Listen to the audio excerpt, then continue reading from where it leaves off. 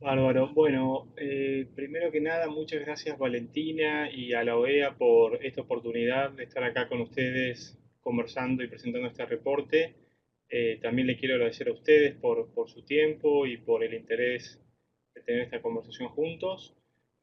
Para mí es un verdadero gusto estar aquí con ustedes y entablando esta conversación. Entonces, para empezar, eh, quería contarles quizá algunos de ustedes ya saben que es que hace unos meses atrás Google lanzó una nueva versión de su software de traducción y que esta nueva versión funciona tan bien que da miedo. Así lo puso un diario.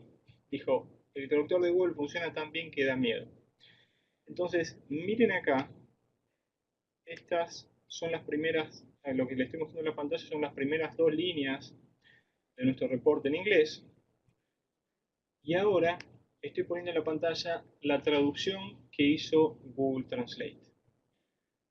Y lo que podemos ver es que hay un artículo que está mal y hay un par de palabras que podrían pulirse, pero que la calidad de la traducción es excelente. Y cuando yo vi esto, hace unos meses atrás, me pregunté, ¿qué va a pasar con los traductores? ¿Van a perder su trabajo? Y para tratar de contestar esta pregunta, contacté a varios de ellos. Algunos de ellos se mostraron preocupados por el futuro, pero otros me dijeron que estaban contentos. Me contaron que usando Google Translate y otras aplicaciones estaban pudiendo ser más efectivos en su trabajo, podían hacer su trabajo más rápido. En particular lo que hacen ahora es hacer un primer borrador usando Google Translate y luego lo editan. Es decir, que la naturaleza de su trabajo está cambiando y las habilidades que se requieren también, pero ahora están pudiendo ser más productivos. Esto es solo un ejemplo de cómo la tecnología está cambiando el mundo. Y estos cambios están afectando el mercado laboral. Algunas ocupaciones están sufriendo bajas en su demanda, pero hay otras ocupaciones que están experimentando incrementos en su demanda. Entonces, una pregunta clave para nosotros es cómo aprovechar las oportunidades que las nuevas tecnologías están abriendo. Y nos parece que la respuesta, buena parte de la respuesta pasa por invertir en habilidades. Básicamente necesitamos contar con, con una fuerza laboral que esté preparada para poder aprovechar las oportunidades que la tecnología va a estar abriendo. Y aquí hago un paréntesis y les comento que acá Valentina nos dice en el chat que si tienen cualquier pregunta o comentario, vayan escribiéndolo en el chat a medida que vamos conversando y luego al final de todo Valentina va a ir recogiendo esas preguntas y las va a ir haciendo oralmente y yo trataré de contestarles. Así que si tienen preguntas o comentarios, pueden ir escribiéndolos en el chat. Entonces, como decía, clave es la inversión de habilidades. Ahora, ¿qué son las habilidades? Bueno, este reporte define las habilidades como capacidades innatas o adquiridas que determinan la productividad de una persona. Y entonces aquí tenemos, por un lado, habilidades generales, que son aquellas habilidades que incrementan la productividad de una persona en un rango amplio de ocupaciones. Y por otro lado están las habilidades específicas, las habilidades que incrementan la productividad en un rango más específico, más acotado de ocupaciones. Entonces, por ejemplo, el conocimiento de la anatomía de la boca humana es una habilidad, un conocimiento que incrementa la productividad de los dentistas, pero no incrementa la productividad en muchas otras profesiones. Entonces, por eso es una habilidad específica. Ahora, dentro de las habilidades generales tenemos las habilidades socioemocionales, como la capacidad de perseverar cuando estamos haciendo una tarea. Las habilidades cognitivas, como la capacidad de identificar patrones en los datos. y las habilidades académicas, como la capacidad de utilizar matemática para resolver un problema concreto. En las habilidades específicas incluyen aquellas que están directamente relacionadas con una ocupación, con un sector o con una empresa. Ahora, ¿dónde se desarrollan las habilidades? Bueno, las habilidades, como sabemos, se desarrollan en un proceso acumulativo a lo largo de la vida y en donde hay tres contextos que son claves, que son el hogar, la escuela y el trabajo. Y aquí queremos enfatizar eh, que las habilidades, eh, que digamos, cuando pensamos en desarrollar habilidades, no solo estamos pensando en desarrollo de habilidades dentro de la educación formal, sino que también tenemos que tener en cuenta qué es lo que ocurre en el hogar y qué es lo que ocurre en el trabajo. Estos son dos ámbitos claves. Por lo tanto, cuando pensamos en desarrollo de habilidades, necesitamos pensar en diferentes actores. Necesitamos pensar en padres, en maestros y también empleadores, porque todos ellos van a jugar un rol en el desarrollo de habilidades. Además, desde un punto de vista de políticas públicas, tenemos que pensar que múltiples ministerios van a estar involucrados, desde el Ministerio de Desarrollo Social al Ministerio de Educación y al Ministerio de Trabajo. Ahora, ¿cómo está nuestra región, América Latina y el Caribe, en términos de desarrollo de habilidades? Y lo que vemos es que las habilidades están mejorando en América Latina y el Caribe, pero que todavía estamos rezagados.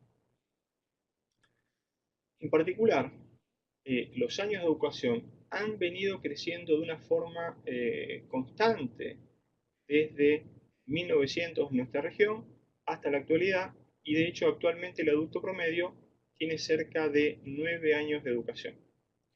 Sin embargo, los años de educación también están creciendo en los países desarrollados a una tasa similar o inclusive superior.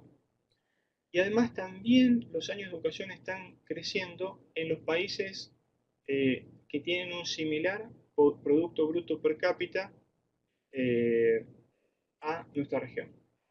Entonces, estamos avanzando en términos de habilidades, pero seguimos rezagados respecto a los países desarrollados. Si miramos las habilidades de los actuales estudiantes, podemos ver que en los países desarrollados prácticamente todos los estudiantes alcanzan un estándar básico en matemática. Es decir, ellos son capaces de hacer operaciones con números enteros y tienen conocimientos sencillos de geometría. En los países que tienen similar PIB per cápita, Producto Bruto Interno a nuestra región, similar nivel de desarrollo a nuestra región, 2 de cada 3 estudiantes alcanzan este estándar. ¿Dónde está la región? Muy atrás. Solamente 1 de cada 3 estudiantes alcanza este estándar básico. Todo esto en matemática, en primaria, pero en secundaria vemos un patrón similar. Además, los niveles de desigualdades no solo son bajos, sino también desiguales. Las brechas de aprendizaje, es decir, las diferencias de niveles de aprendizaje entre personas de bajo nivel de ingreso y alto nivel de ingreso, aparecen muy temprano en la vida. Y ya vemos que en la primera infancia hay brechas cognitivas de cerca de 50 puntos de aprendizaje. En la infancia vemos importantes brechas de aprendizaje tanto en matemática y lectura que alcanzan los 50 puntos. Estas brechas son grandes porque equivalen a lo que un estudiante promedio avanza en 2 años. Es decir, que el estudiante promedio de bajo nivel de ingreso está cerca de 2 años rezagados respecto al estudiante promedio de alto nivel de ingreso. Además, estas brechas no se cierran durante la adolescencia, durante la adultez, y se terminan traduciendo en diferencias de salario más tarde. ¿Pero por qué? ¿Por qué la región tiene estos niveles de habilidades bajos y desiguales? Y un mensaje importante del libro es que no es solo un problema de dinero. Los países desarrollados, que aquí están en azul, vienen gastando cerca del 5% de su producto de todo el país en educación desde 1990. Los países que tienen similar Producto Bruto Per cápita a nuestra región vienen gastando un poquito más de un 4%. La región, América Latina y el Caribe, gastaba cerca de 2% del producto en educación en 1990. Pero desde entonces los gobiernos han hecho un tremendo esfuerzo y actualmente estamos gastando un similar porcentaje del producto en educación en comparación con los países desarrollados. Además, las familias están haciendo importantes inversiones en desarrollo de habilidades y de hecho la familia promedio de la región gasta un, como, un mayor porcentaje de su presupuesto en educación comparado con la familia promedio en Estados Unidos. Además, el problema tampoco es la falta de incentivos. Ir a la escuela tiene su recompensa en la región. Aquí mostramos los retornos económicos de un año de educación y un año adicional de educación tiene un retorno económico de cerca del 10% en nuestra región, el cual es muy alto si lo comparamos con otras posibles inversiones que se podrían hacer, pero inclusive es todavía más alto si miramos el retorno económico de un año adicional de educación terciaria. Estos altos retornos explican por qué los gobiernos y las familias están haciendo importantes inversiones en desarrollo de habilidades. Entonces, los gobiernos claramente que podrían gastar más en desarrollo de habilidades, pero necesitan gastar mejor. Es decir, necesitan priorizar eh, programas, políticas que sean costo efectivas a la hora de asignar sus recursos públicos. Y para identificar estos programas que son costo efectivos, es fundamental usar evidencia de alta calidad, usar evaluaciones, estudios que ya se han hecho acerca de qué funciona y qué no, y usando esta información los gobiernos podrán tomar mejores decisiones y gastar mejor. Pero ¿por qué la evidencia es importante? ¿Por qué los estudios, las evaluaciones empíricas de programas para ver qué programas funcionan, por qué son importantes? Bueno, veamos dos ejemplos. Un primer ejemplo es el programa Una laptop por niño, el cual fue implementado por el gobierno de Perú hace unos años atrás. Y este programa buscaba mejorar el aprendizaje en primaria de estudiantes por medio de la entrega de laptops personales, una laptop para cada estudiante. Cada laptop costó cerca de $200 y se entregaron en Perú alrededor de 1 millón de laptops. En una evaluación rigurosa que hicimos de este programa, en colaboración con el Centro de Investigación GRADE de Perú y el Ministerio de Educación de Perú, encontramos que no había efectos de este programa en matemático del lenguaje, pese a la gran inversión que se había hecho. Por otro lado, un segundo ejemplo es el programa Expande tu mente, que también fue implementado por el gobierno de Perú. Este programa buscó mejorar el aprendizaje de los estudiantes utilizando otro enfoque. Eh, Básicamente se buscaba eh, incrementar la motivación de los estudiantes por aprender, por estudiar. ¿Cómo? De una forma muy simple. Se hacía una clase de 2 horas, la cual buscaba transmitir la idea de que el cerebro es como un músculo y que si lo entrenamos podemos ser más inteligentes. Esta intervención tan sencilla costó solamente 20 centavos de dólar por estudiante y una evaluación rigurosa encontró que este programa generó mejoras significativas en el aprendizaje en matemáticas. Lamentablemente, hemos visto que en los últimos años muchos gobiernos de la región han hecho importantes inversiones en programas como Una laptop por niño y en cambio ha habido inversiones limitadas, muy limitadas, casi ningún país están haciendo eh, programas similares a Expande tu mente. Por el lado positivo, esto nos da un ejemplo concreto y claro sobre cómo los gobiernos pueden usar evidencia para tomar mejores decisiones y gastar mejor. Pero bueno, ¿cómo sería un proceso de políticas basado en la evidencia?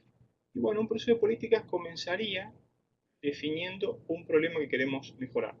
Por ejemplo, queremos mejorar el aprendizaje en primaria. Y entonces, en un primer paso, deberíamos analizar la evidencia, analizar los estudios, las evaluaciones de programas, para ver qué tipo de programas han funcionado mejor. También hay que analizar el contexto, hay que consultar a los expertos, y usando toda esta información se puede diseñar un programa, el cual luego podría ser piloteado en unas dos escuelas para refinar el diseño, y finalmente llegamos a un cuarto paso que es clave. Necesitamos evaluar este programa para determinar si realmente este tipo de programa funciona en este contexto. Y si fuera así, si el programa es costo efectivo, entonces el gobierno debería implementarlo a escala. Si los gobiernos siguen este proceso, entonces vamos a avanzar. La rueda va a dar vueltas. ¿Por qué? Porque los gobiernos van a estar tomando decisiones con buena información. Sin embargo, si no usamos evidencia y si no evaluamos, la rueda se para, no avanzamos más. ¿Por qué? Porque básicamente los gobiernos van a estar tomando decisiones a ciegas, van a estar tomando importantes decisiones con poca información. Ahora, uno podría pensar que esta es una muy buena idea, pero que no se puede implementar en la práctica. Sin embargo, estamos viendo ejemplos que nos muestran que esto sí se puede hacer en la práctica. Y en particular, veamos el caso de Perú. En Perú se creó hace 3 años una unidad especializada dentro del Ministerio de Educación que se llamó Minedulau, que tiene como objetivo buscar intervenciones costo efectivas. Este Minedulau, en su corta existencia, tiene solo 3-4 años desde que comenzó, se han encontrado varias intervenciones costo efectivas. Entre ellas, una importante es el programa Expande tu mente, que conversábamos antes. Ahora, ¿cómo podemos acceder a la evidencia? Sabemos que esto es difícil, hay muchos estudios de muy variada calidad. Bueno, tenemos una buena noticia aquí, que hemos hecho parte del trabajo. Y conjuntamente con este reporte que les estoy contando, que les estamos discutiendo, hemos lanzado un sitio web que se llama SkillsBank. Y acá tienen el link, ahora se los voy a escribir acá en el chat.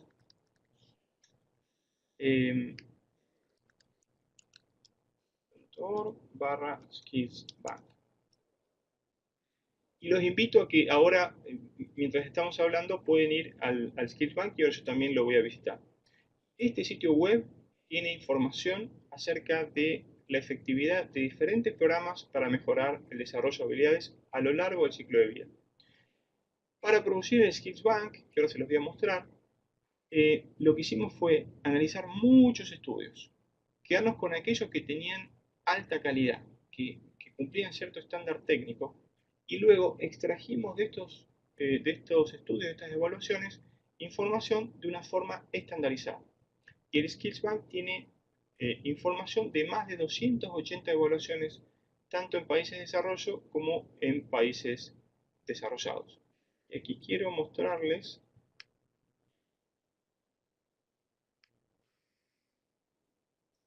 el Skillsbank. Entonces, mientras estamos hablando, si quieren pueden ir yendo al link que les di y pueden ver el Skillsbank eh, cómo funciona. Y básicamente cuando lleguen van a encontrar esta pantalla que le dice qué es lo que ustedes pueden mejorar. De hecho, pueden cambiarlo esto para que esté en español. Entonces el Skillsbank nos pregunta qué es lo que queremos mejorar. Y supongamos que queremos mejorar el aprendizaje en primaria. Entonces venimos acá y cliqueamos aprendizaje en primaria. Esto nos va a llevar a un segundo nivel, el cual nos va a mostrar diferentes opciones de política para mejorar el aprendizaje en primaria. Y acá tenemos, por ejemplo, tutoría, tecnología guiada, enseñanza de grupos pequeños, planes de clase. Estos programas estas distintas opciones de política para mejorar la aprendizaje en primaria están ordenadas por efectividad, de la más efectiva a la menos efectiva. Luego podemos cliquear aquella que nos interesa. Por ejemplo, queremos cliquear en planes de clases que se les dan a los maestros para facilitar la enseñanza. Entonces cliqueamos en los planes de clase. Una vez que hacemos eso, el Skillsbank nos muestra qué evaluaciones existen y cuáles han sido los impactos. Y luego aquí nosotros tenemos acá como rápidamente un panorama de las evaluaciones que hay y podemos elegir alguna de ellas para tener más información. Por ejemplo, elegimos BASI 2016. Cliqueamos esa evaluación y aquí llegamos a un cuarto nivel en donde el Skillsbank nos da más información sobre el contexto, sobre la intervención, sobre la metodología y sobre los efectos que hubo. E inclusive podemos cliquear aquí para el estudio y nos vamos hasta el estudio que reportó esa evaluación. Entonces podemos llegar, si queremos detalle, podemos llegar a tener mucho detalle. Entonces con esto voy volviendo a la presentación. Y entonces ahora Valentina la va a subir.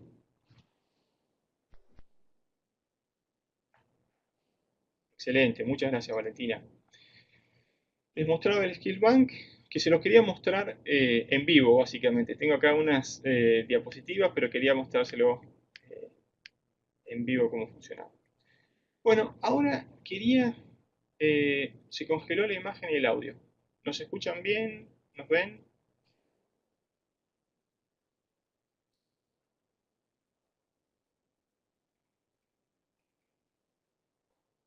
Excelente, bueno, buenísimo. Seguimos entonces.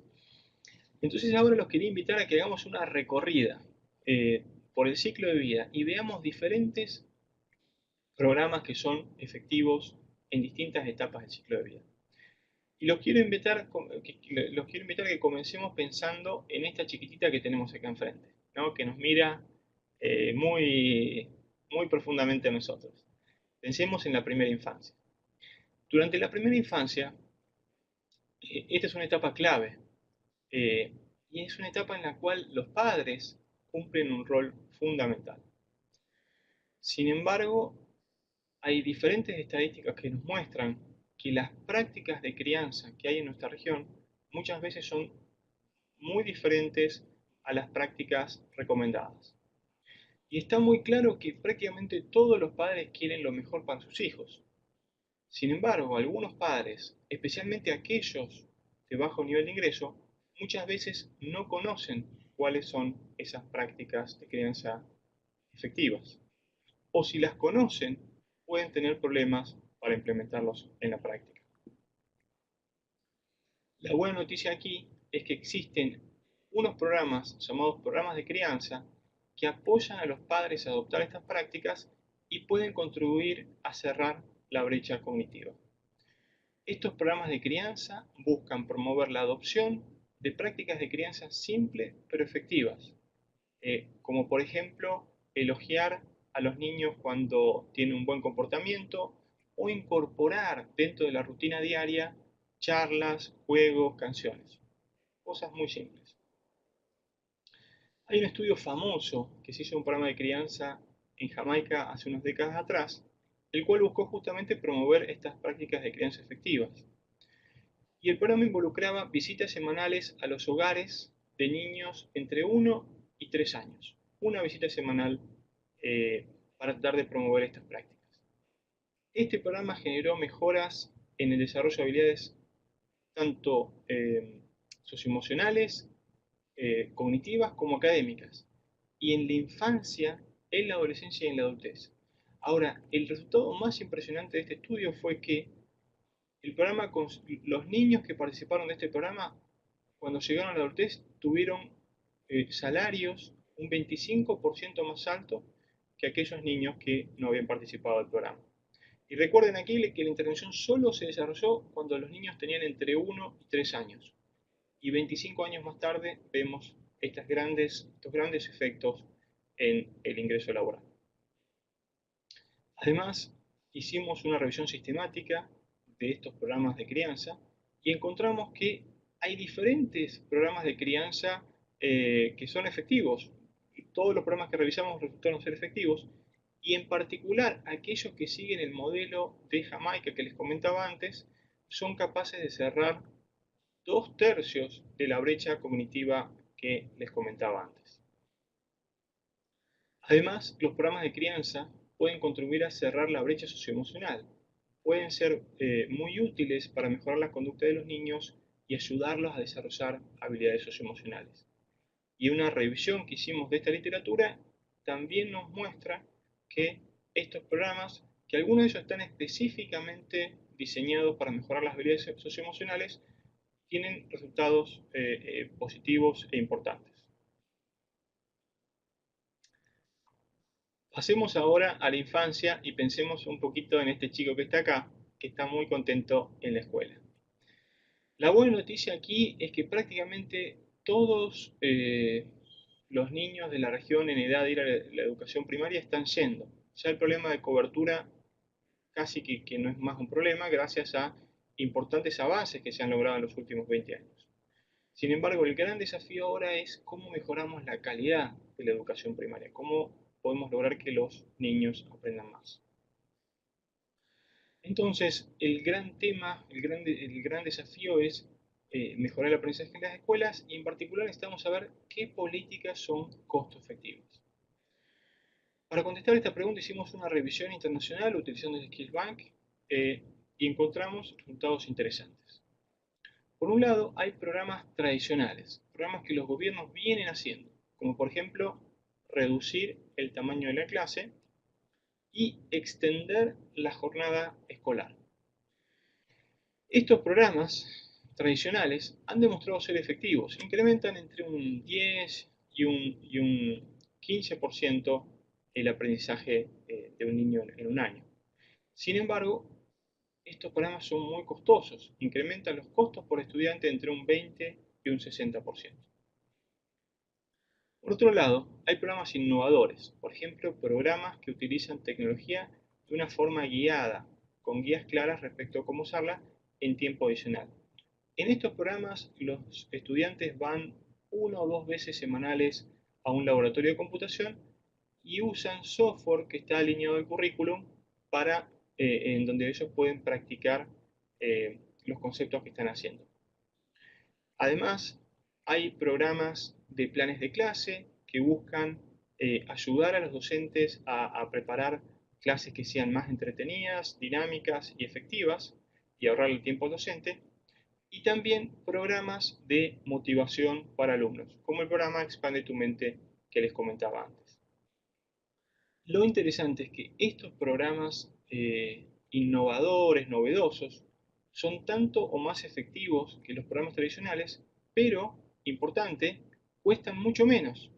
Cuestan quizás, estos programas incrementan el costo por estudiante entre un 1 y un 5%, mucho menos que lo que cuestan estos programas tradicionales.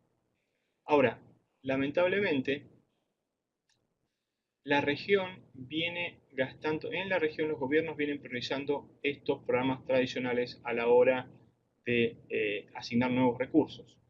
Sin embargo, hay que tener en cuenta que esta evidencia es reciente y todavía quizás no ha llegado a los ministerios, pero sí nos muestra claramente que acá tenemos una oportunidad hacia futuro para canalizar las inversiones hacia estos programas innovadores que parecen ser mucho más costo efectivos. Pasemos a la adolescencia. Es una etapa divertida, podemos decir. Es divertida, pero también es una etapa donde hay muchos desafíos. Y de la política pública hay básicamente 3 importantes desafíos. Primero, hay que lograr incrementar la cobertura de la educación secundaria. Segundo, hay que mejorar la calidad de la educación secundaria. Y tercero, necesitamos desarrollar en los adolescentes habilidades socioemocionales para que puedan evitar conductas de riesgo que pueden tener efectos dañinos a largo plazo. Entonces, un punto para empezar es que lamentablemente muchos adolescentes abandonan la escuela, la tasa de graduación promedio en la región está un poquito arriba del 50%, y está muy por abajo de la que alcanzan países desarrollados como Estados Unidos. Entonces necesitamos mejorar la cobertura. Y los gobiernos han hecho diferentes políticas, implementado diferentes políticas, como por ejemplo han implementado programas de transferencias monetarias condicionadas. Estos programas entregan dinero a las familias a cambio, de que de que la familia envíe a los adolescentes a la escuela. Y han demostrado efectividad. En promedio, los programas de transferencia monetaria condicionada incrementan 5 o 6 puntos porcentuales la cobertura. Sin embargo, no han tenido tan buenos resultados en términos de graduación. Por otro lado, hay otras políticas que parecen ser más efectivas para incrementar la graduación que los programas de transferencias condicionadas, como por ejemplo los programas de becas y premios, que son programas que premian a los estudiantes por justamente graduarse y entonces terminan obteniendo resultados más importantes en términos de graduación.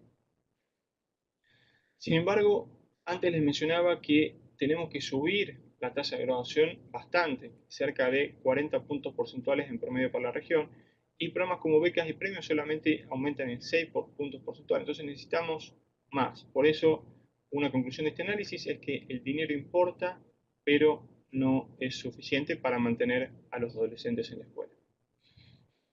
Entonces, si pensamos en otras opciones, una opción interesante puede ser los programas llamados Career Academies en los Estados Unidos. Estos programas buscan combinar un currículum académico y vocacional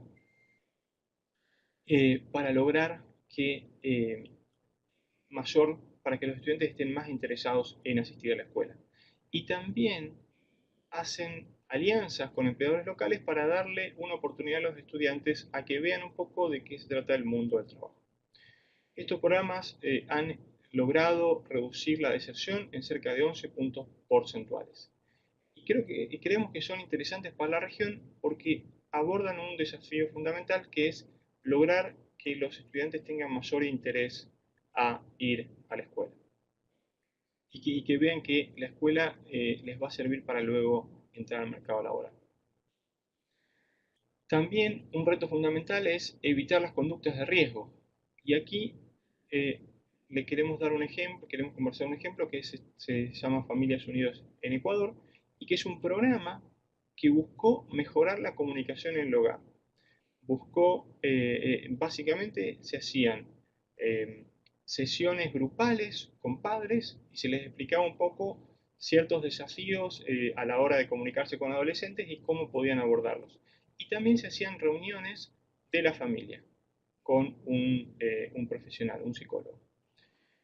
Este programa logró mejorar las conductas de los adolescentes, logró mejorar la comunicación y básicamente este programa es un ejemplo de algo más general que nosotros encontramos, que es que es posible mejorar las habilidades socioemocionales y las conductas, e interesantemente en muy diferentes dimensiones. En una revisión sistemática que hicimos de esta literatura, encontramos que las habilidades que buscan mejorar las habilidades socioemocionales son efectivas tanto para mejorar el autocontrol, la empatía, reducir la agresión y incrementar la persistencia y la estabilidad emocional. Entonces, este es un área muy interesante de muchos estudios de Estados Unidos y pocos de nuestra región, pero donde claramente que es un área muy interesante para seguir avanzando.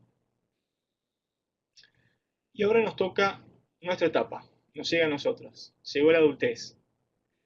Y un mensaje fundamental que nosotros queremos promover es que nunca es tarde para aprender, de que durante la adultez podemos seguir aprendiendo, podemos seguir desarrollando nuestras habilidades y hay que hacerlo.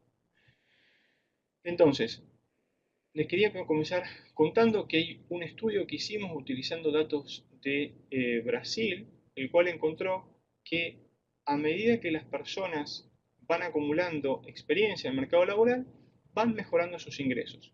Y esto se da tanto cuando la persona desarrolla habilidades generales, simplemente por estar en el mercado de trabajo, como también si la persona va acumulando experiencia específica de un sector o de una empresa, ahí se incrementan sus ingresos laborales todavía más.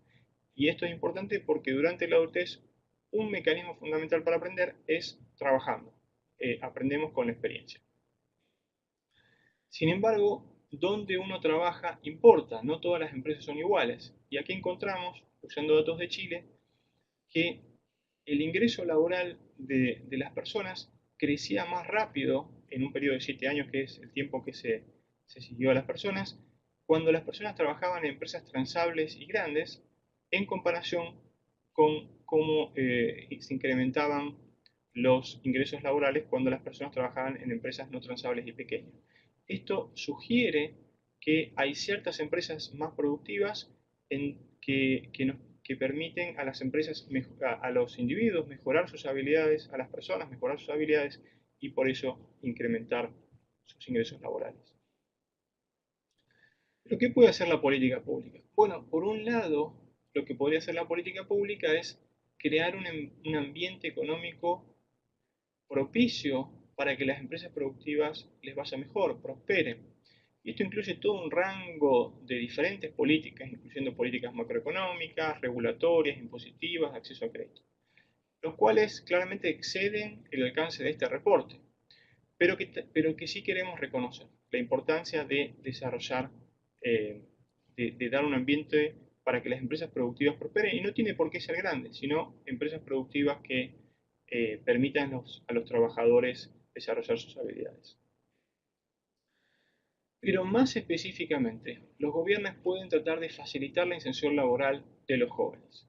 Eh, y en particular, recuerden al principio les mostraba los tres contextos y hay una transición que es clave, que es ir de la escuela al trabajo. Es una transición muy difícil, no sé cómo ha sido el caso de ustedes, en mi caso fue complicado, y yo tuve apoyo para lograr esa transición, pero muchos niños, muchos adolescentes no tienen ese apoyo y el Estado puede jugar un rol importante en este área. Entonces, comenzando con los programas de capacitación laboral, vemos que estos programas, que son programas que se enfocan en tratar de mejorar los resultados en el mercado laboral de jóvenes con bajo nivel de educación, que ya llegan con ciertas deficiencias en el mercado laboral, y por medio estos programas lo que hacen es, les dan 3 meses de clases en aulas a los adolescentes típicamente, y luego una pasantía de unos 3 meses en una empresa. La evidencia que tenemos nos muestra que estos programas han sido efectivos tanto en términos de incrementar el empleo formal como también en incrementar los salarios. Entonces es una opción muy relevante y que de hecho los gobiernos han venido implementando programas de este tipo. Una segunda opción son los programas de aprendices, los cuales también buscan mejorar los resultados en el mercado laboral, pero que se enfocan a jóvenes de mayor nivel de educación y tratan de facilitar su inserción en empresas productivas. Estos programas tienen muy poquito de tiempo de instrucción en aula, quizás un mes solamente, pero luego se les da una pasantía por un tiempo más largo en empresas para que básicamente desarrollen habilidades trabajando. Y se han encontrado efectos positivos tanto en el empleo como en los salarios, pero aquí la evidencia es más incipiente.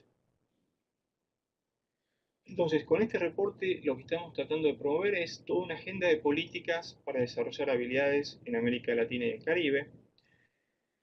Y la buena noticia es que hemos encontrado intervenciones efectivas a lo largo del ciclo de vida, muchas intervenciones efectivas, como por ejemplo los programas de crianza durante la primera infancia, los programas de tecnología guiada, de motivación y de planes de clase para mejorar el aprendizaje en la escuela, los programas de becas y premios para incrementar la graduación en secundaria, y también los programas de capacitación laboral y de aprendices para facilitar la inserción laboral de los jóvenes.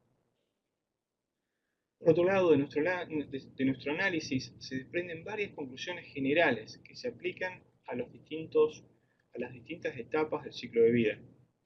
Para empezar es que existen muchas políticas que mejoran las habilidades, y esto quizás fue una sorpresa para nosotros.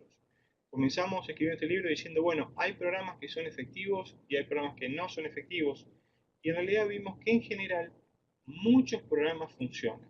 Hay muchas restricciones y cuando resolvemos un pequeño problema, los resultados mejoran. Sin embargo, como vimos en ese gráfico de los programas tradicionales y los innovadores, hay grandes diferencias en costo-efectividad entre diferentes opciones. Esto quiere decir que hay que tener mucho cuidado en dónde se invierten los recursos públicos. Y es por eso que nosotros estamos promoviendo y pensamos que es importante promover procesos de política que enfaticen la evidencia, la experimentación y la evaluación. Es decir, procesos de política que enfatizan las tres E: evidencia, experimentación y evaluación, para que de esta forma se tomen mejores decisiones. Entonces, para cerrar, estamos viendo que el tren de la tecnología está acelerando. Desarrollar habilidades no solo es importante, sino es urgente. Y los gobiernos han hecho importantes avances para apoyar el desarrollo de habilidades de niños, de adolescentes y de adultos, pero se puede hacer más si priorizamos políticas costo efectivas y utilizamos la evidencia, la experimentación y la evaluación para ello.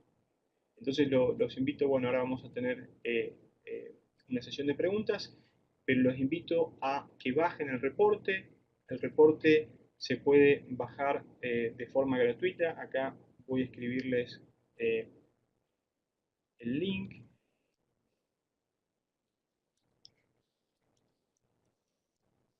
Este es el link del reporte. Hay un resumen ejecutivo que tiene unas 40 páginas que si quieren, no tienen tanto tiempo, pueden leerlo y tienen los resultados principales. Y ahí están todas las referencias. Y así que los invito a que lean el reporte, que disientan con nosotros, que lo discutan y que por favor también miren el Skills Bank, analicen la información que está ahí, avísennos si hay algo que les parece que deberíamos incluir o que no está correcto y compártanlo con gente que les parece a ustedes que le podría servir. Ahora ya quedó listo para conversar. Muchas gracias, Julián, por esta excelente presentación y obviamente por darnos estos insights o mirada profunda hacia los resultados que salieron de esta profunda investigación sobre políticas, programas y experiencias en Latinoamérica y el Caribe en cuanto a políticas públicas en educación. En este momento, como dice Julián, estamos abiertos para preguntas y comentarios que tengan los participantes sobre lo que acá se ha presentado. Durante tu exposición, Julián, los participantes estuvieron intercambiando algunas ideas en el chat y acá voy a comentarte unas de ellas. Voy a hacerlo primero en grupos de a tres y puedes ir contestando las preguntas y los comentarios según consideres. Según consideres. La primera pregunta es de Ernesto de los Santos y él enfatiza a qué habilidades apuntar en un futuro en el que las ocupaciones son inciertas y no se sabe ciertamente qué trabajos requerirá el mundo laboral del futuro. Yo me arriesgaría acá a añadir, de acuerdo a la evidencia de esta investigación para hacer este reporte, cuáles son esos nuevos trabajos o esas nuevas ocupaciones que son necesarias para el mundo laboral en el que nos encontramos y cómo hacer para hacer corresponder las habilidades adquiridas durante los años de vida a estas nuevas necesidades del mercado laboral. Esa sería la primera pregunta. La segunda es una específica que hace Silvia Borba sobre el programa Expande tu Mente y ella pregunta si este programa utiliza recursos de neurociencias para el desarrollo de esta iniciativa. Y la otra pregunta, también de Silvia Borba, está enfocada hacia los cambios en los planes de clase y ella dice que hacer estos cambios en los planes de clase implica cambios en la política pública educativa y si desde la experiencia de tu trabajo en el ámbito esto es posible en América Latina. Comenzaríamos entonces con estas tres intervenciones. Y antes de que respondas, Julián, quería recordarles a los participantes que esta presentación está siendo grabada y será subida a nuestro colaboratorio interamericano para la profesión docente en el link que ustedes pueden ver en pantalla y también en nuestro canal de YouTube en Reediten para que ustedes puedan una vez más revisitar esta presentación si tienen alguna duda o les quedó alguna inquietud sobre lo que Julián estuvo exponiendo el día de hoy. Entonces, Julián, te doy la palabra para que puedas hacer tu intervención. Excelente. Bueno, antes que nada, gracias. Veía ahí en el chat los comentarios sobre la presentación bueno, muchas gracias por los comentarios positivos. Eh, la primera pregunta es, qué habilidades deberíamos desarrollar si el futuro es incierto? Y también Valentina agregaba de qué ocupaciones se están actualmente o en el futuro van a ser importantes y cómo nos preparamos para esas ocupaciones. Y acá les quiero contar que cuando comenzamos este reporte, una de las preguntas era qué ocupaciones van a ser las ocupaciones del futuro. Y rápidamente, cuando empezamos a trabajar, nos dimos cuenta que era muy difícil o casi imposible contestar esas preguntas porque realmente no sabemos cuáles van a ser esos trabajos, no sabemos, no tienen nombre esos trabajos, no sabemos cuáles van a ser. Y es un ejercicio de un poco de futurología bastante complicado y difícil. Pero sí pensamos que hay eh, toda una serie de... eh, acá veo que dice alguien que se congeló la imagen. ¿Me escuchan bien? Y el audio. ¿Me están escuchando bien? Sí, ahora sí. Buenísimo. Entonces, lo que sí sabemos es que hay ciertas habilidades que han sido muy importantes en el pasado y van a seguir siendo muy importantes en el futuro. Y en ese esquema que nosotros veíamos primero las habilidades socioemocionales. Las habilidades socioemocionales han sido importantes desde hace 2000 años o más, 10.000 años, cuando eh, estábamos en pequeños grupos, los humanos estábamos en grupos de 30 o 40, eran importantes en ese momento porque era importante saber cómo manejarse en un grupo, cómo colaborar, y van a ser todavía más importantes actualmente y en el futuro más, porque sí algo que estamos viendo es que los procesos de producción cada vez son más integrados. Casi nadie trabaja solo, casi todo el mundo va trabajando en forma de colaboración. Entonces, es fundamental las habilidades socioemocionales, son fundamentales. Eso por un lado. Las habilidades cognitivas, de detección de patrones, de lógica, también cada vez van a ser más importantes. Y las habilidades como la matemática y el lenguaje, que son habilidades tan importantes, habilidades antes, van a seguir siendo muy importantes porque realmente si pensamos en ocupaciones que actualmente están teniendo mucha demanda, como ocupaciones en el área de tecnología, es fundamental la matemática. La matemática es fundamental para aprender a programar, para aprender a usar sistemas. Entonces, hay ciertas materias fundacionales que van a ser fundamentales en eso. Entonces, habilidades socioemocionales, cognitivas, académicas, pero también sí vemos algunas áreas en donde quizás ahora todavía es más importante desarrollar las habilidades, como es el caso del inglés. El inglés, si bien acá hay una tendencia un poco del hecho de que Google Translate y otras aplicaciones están facilitando las traducciones simultáneas, igualmente para lograr comunicaciones efectivas es probable que por un tiempo el inglés va a seguir siendo importante.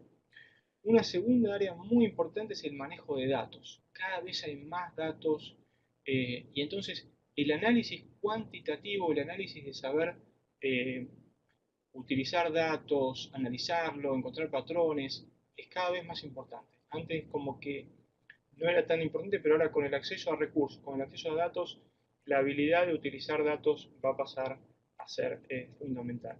Y también las habilidades socioemocionales y de comunicación, pienso que también esas van a ser fundamentales. La segunda pregunta era sobre si Expande tu mente utiliza principios de neurociencia. Y sí, digamos, el programa Expande tu mente es un programa que en realidad viene, es el producto de toda una línea de investigación que se han hecho en diferentes lugares, y en particular hubo una persona que se llama Carol Dweck en la Universidad de Stanford, que viene trabajando hace ya mucho tiempo usando principios de neurociencia y diferentes ramas de conocimiento, en donde ha encontrado que básicamente si un niño o una persona, digamos nosotros también, si pensamos que la inteligencia ya está fija, que no hay nada para hacer, la persona se motiva mucho y sí, realmente la inteligencia sigue siendo fija, pero si tiene uno una idea de que con la práctica uno puede mejorar, estas personas pueden crecer y mejoran muchas sus habilidades. Entonces sí, utilizan estos principios. Y la tercera pregunta ¿es posible hacer cambios en las políticas públicas? Si entendí bien la pregunta. Y yo entiendo perfectamente que a veces uno ve la realidad y tiene un poco de frustración respecto a lo que podría ser la realidad, respecto a lo que es, y a veces se desanima un poco. Sin embargo, por otro lado, quiero resaltar que hay ejemplos que nos muestran que es posible lograr avances importantes. Y en particular, les cuento el caso de Perú, que lo conozco bien de cerca, que he trabajado mucho con Perú.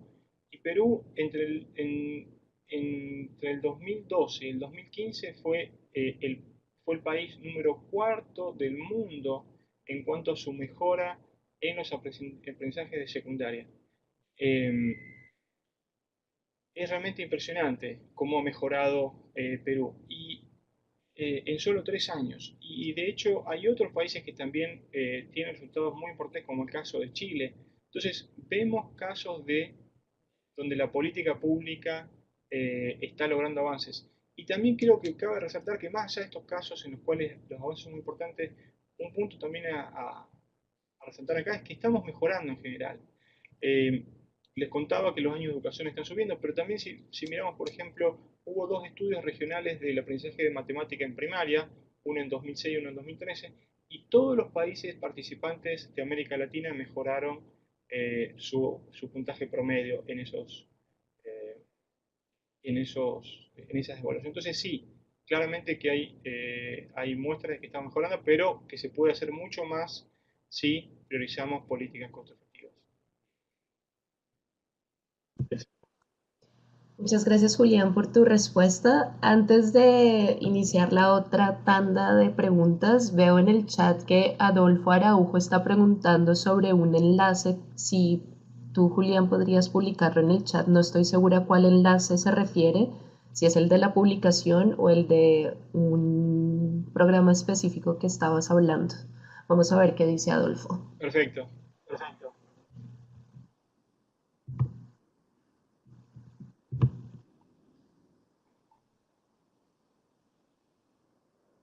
Dices el de la OEA, pero específicamente dónde va a estar la publicación, porque en sus pantallas ven el enlace para acceder a nuestro banco de conocimientos, donde haremos disponible la grabación de este seminario. Bueno, mientras Adolfo nos responde, empiezo, Julián, con las otras 3 preguntas. Sí. La primera tiene que ver con el contexto específico de ciertos países de Latinoamérica y del Caribe que enfrentan altas tasas de violencia. Y esta inquietud es de Rina Franco y pregunta, o más bien tiene la inquietud desde la experiencia y la evidencia que ha mostrado el reporte que nos estabas presentando, la influencia de estos contextos de violencia en el abandono de la escuela y cuáles han sido los avances o las alternativas que han presentado los gobiernos de estos países precisamente para mitigar esto y permitir que suban las tasas de finalización y de los estudios secundarios de los adolescentes en países como El Salvador, como Honduras, etcétera. Esa sería la primera pregunta. La segunda es de Glauco Quesada. Pregunta sobre la relación entre educación universitaria y el uso de tecnologías de la información y la comunicación.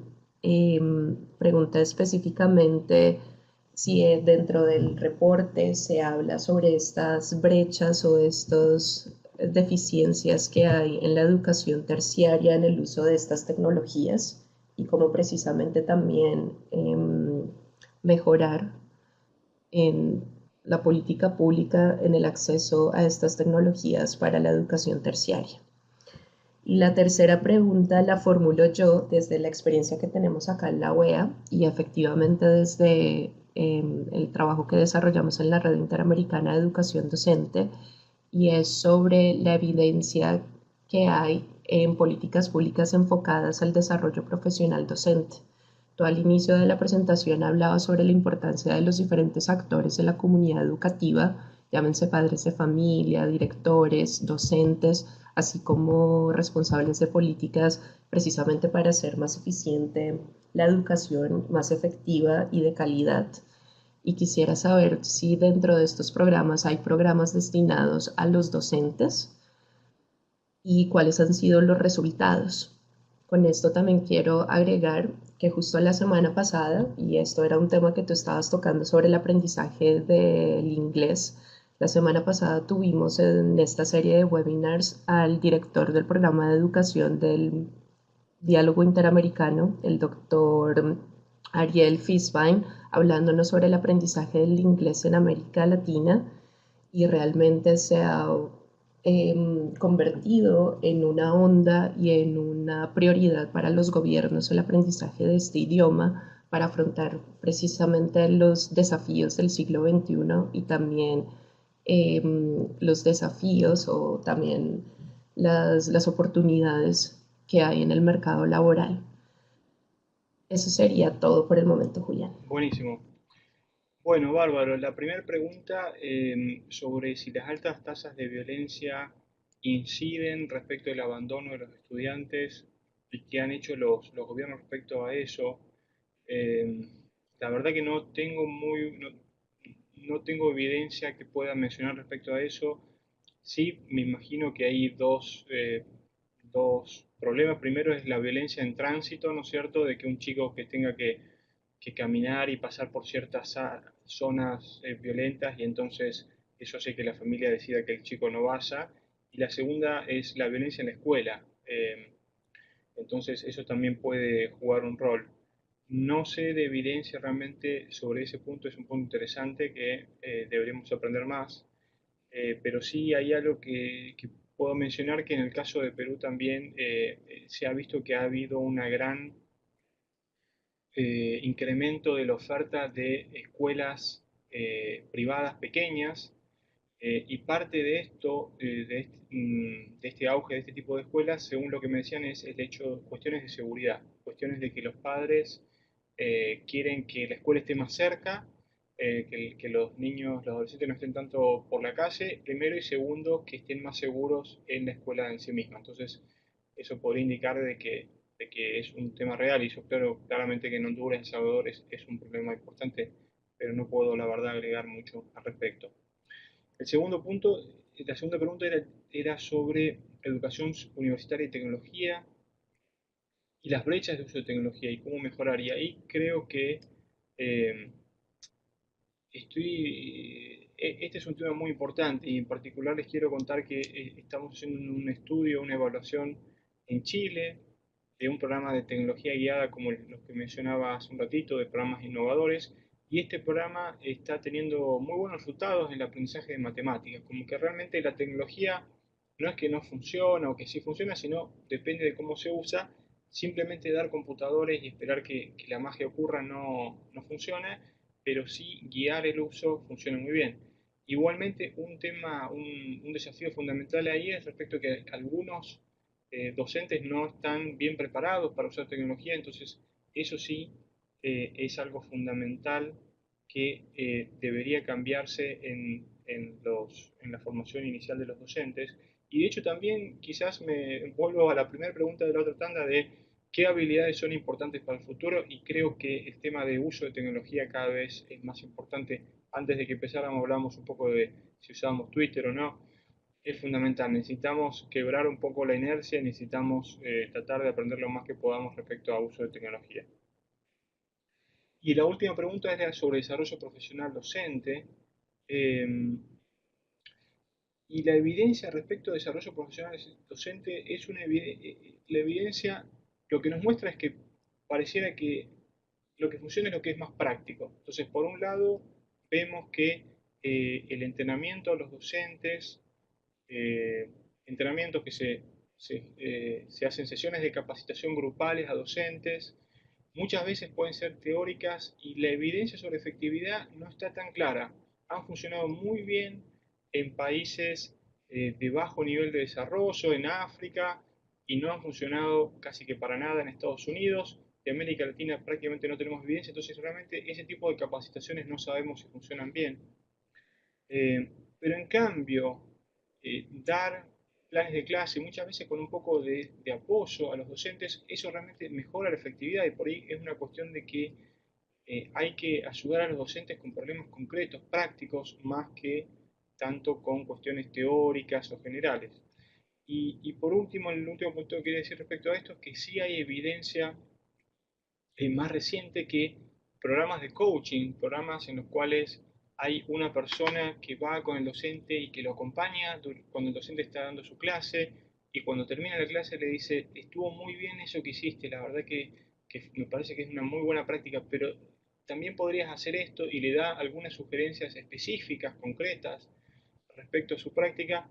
Esos programas han demostrado muy buena efectividad. Entonces creo que para ahí es donde el desarrollo profesional docente debería tratar de moverse, la importancia de hacer coaching, y acá lo engancho un poco con el tema de tecnología, que hasta uno podría pensar que se podría hacer coaching por Skype, y de hecho hay una evaluación muy interesante reciente que se hizo en Brasil, en donde el coaching se hizo vía Skype, por lo cual era de mucho más bajo costo, y tuvo resultados positivos. Y ahora veo que son las 1:08, no sé si Valentina ya estamos pasado de tiempo o cómo seguimos. Sí, justamente Julián estaba a punto de decir que ya estamos pasados el tiempo del seminario. Muchas gracias por tus respuestas y muchas gracias nuevamente por aceptar la invitación a ser parte de esta serie de webinars del Colaboratorio Interamericano para la Profesión Docente. También agradecer a los participantes que estuvieron acompañándonos en vivo en la presentación, pues gracias a ustedes también es posible que se haga esto. Si hubo preguntas o comentarios que no se pudieron abordar, los invito a los participantes a que continuemos el diálogo en nuestra comunidad virtual de práctica en el enlace que estoy enviando en este momento en el chat para que sigamos también dialogando, discutiendo, compartiendo ideas y experiencias frente a este importante tema que es el cómo mejorar las habilidades para mejorar la enseñanza y el aprendizaje en nuestra región y en nuestras instituciones educativas.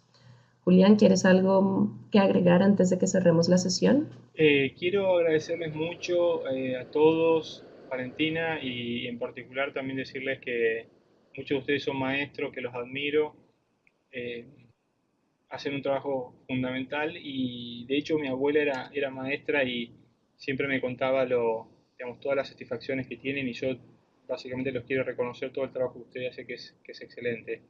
Así que eso nomás, muchas gracias por su tiempo y también les quería contar que estoy en Twitter, como les decía, hay que ayornarse, ¿no es cierto? Hay que seguir aprendiendo, así que estoy en Twitter, les voy a poner mi usuario de Twitter, yo escribo casi todos los días un tweet por día sobre estudios, evidencia, cosas interesantes que veo en educación, así que si quieren seguirme y escribirme, totalmente abierto. Muchísimas gracias. Gracias, Julián, y nos vemos participantes en una próxima edición también de nuestros webinars del COPET. Que tengan una feliz tarde. Bárbaro, muchos saludos, chao.